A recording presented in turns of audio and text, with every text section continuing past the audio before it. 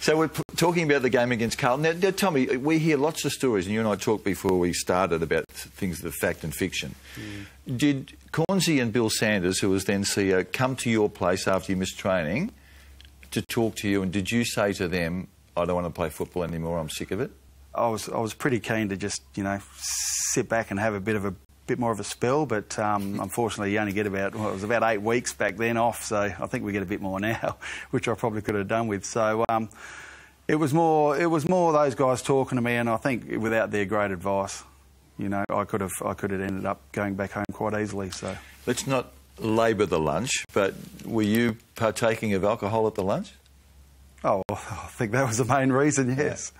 Yeah, so we had a few too many trophies, but that's the way it is. And like I said, I'm glad everything panned out well on the day. But well, trust me, it doesn't happen every weekend. It did pan out pretty well for you. So 3 or 4 days after this luncheon episode, you're playing against Carlton. You're playing on the fullback of the century in Stephen Silvani, and you finished with the baker's dozen, 13. I did, but I mean, Saucer like to hear this. I think I only ended up with 7 on him before he got taken off me. He'd be very happy to hear that. He told me that they weren't all against And then him. I had a couple after him. I think Milhana might have been one and a couple others maybe. I'm not quite sure, but yeah. As the day panned out, it went well for the day, but I wouldn't recommend it doing that every weekend. It's not exactly the right preparation. No. Were you surprised? I mean, today, you would have learnt about the Gold Coast blokes being dropped for having a drink. Were you surprised that you weren't stood down? Well, I think I was just lucky, and I think back in those days, even in the 90s, there was a mentality and the culture that you sort of brought up with at the time. So I think now, obviously, the culture's changed a little bit for the better.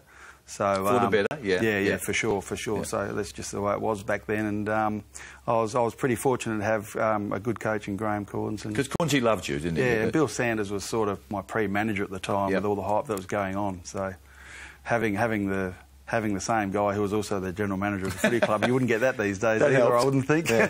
Have you played a better game than that game against Carlton?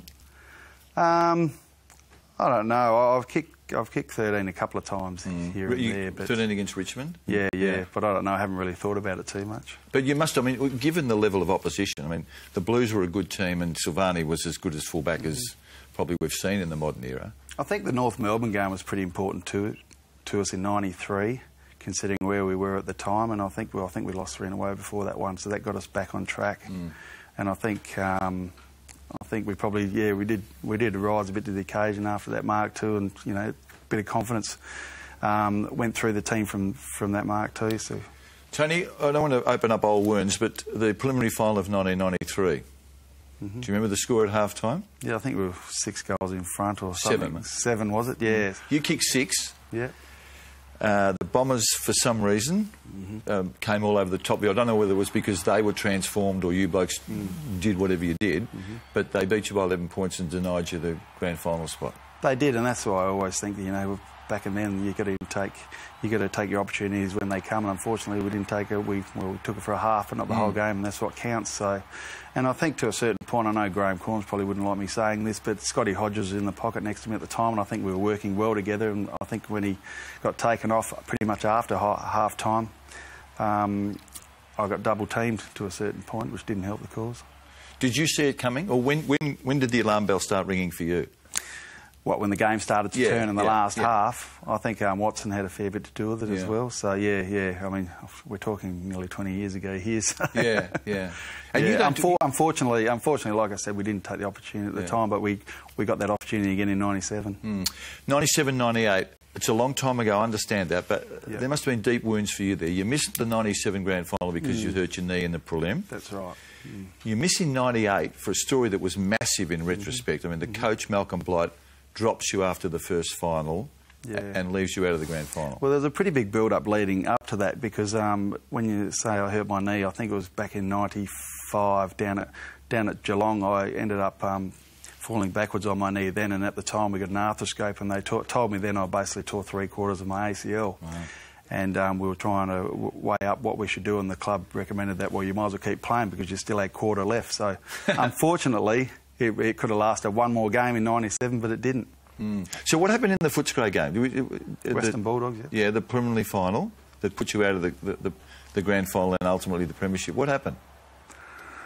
Well, from what I remember was that I just went for a pack mark, and then the timing was wrong. I didn't, as far as the timing from when I thought I was going to land on the ground was a bit of variation there, and that's what caused it. Whether I land on someone else's foot, I don't know, but I just landed awkwardly on my leg, and then it just went crack, and I knew straight away there was a fair bit of pain there, and I thought, I think that's my season over. Yeah. And there wasn't just me that missed out in '97. There were guys like Mark Rasciuto, Peter Vardy, Matthew Liptak, and maybe a couple others that we just wanted to made a pat that we wanted to go ahead and do it again in '98. And when the time finally came, and I was probably the only one that didn't get the opportunity, or Lippy didn't as well. So it was a bit heartbreaking, but these things happen. They do, and I understand that, but they hurt too. Now, we're in September in '98. Yep. You've got this pact amongst you, those that missed out to win the flag.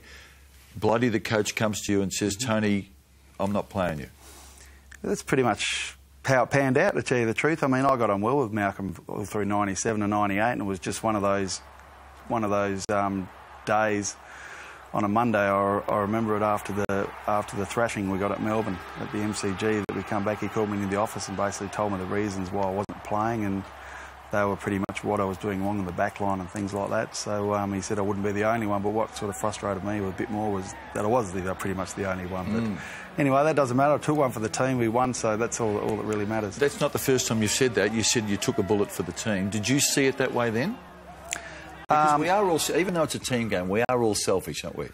Well, it was hard, and I mean, I'm not the only one to miss out on premierships. I mean, I'm pretty lucky to actually play in final series, because a lot of players don't even get to play finals. So, I had in '97, like the only thing I missed out on there was pretty much a medal. I was there for every other occasion. I didn't play on the ground that day, so I was very lucky to be part of that. So, with '98 and everything that happened, and just having to sit down at Victor Harbour and watch the way the whole game panned out, and not getting an invite to go to the game or anything like that. You didn't get invited to go to the game? Yeah, well, I think they were just wanting to know numbers and things like that, and pay your own way or whatever. But anyway, I was sort of feeling a bit down at the dumps at the time. Yeah. So, yeah. I mean, I'm not trying to get you to say that you were hurt, but I can't imagine that didn't cut deeply. Oh, it did, but these things happen. You can't do much about it. How are your relations with Blighty?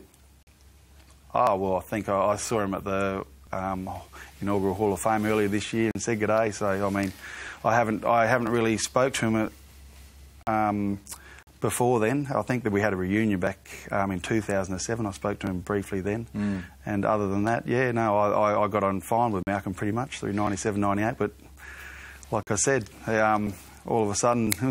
Yeah. So the end of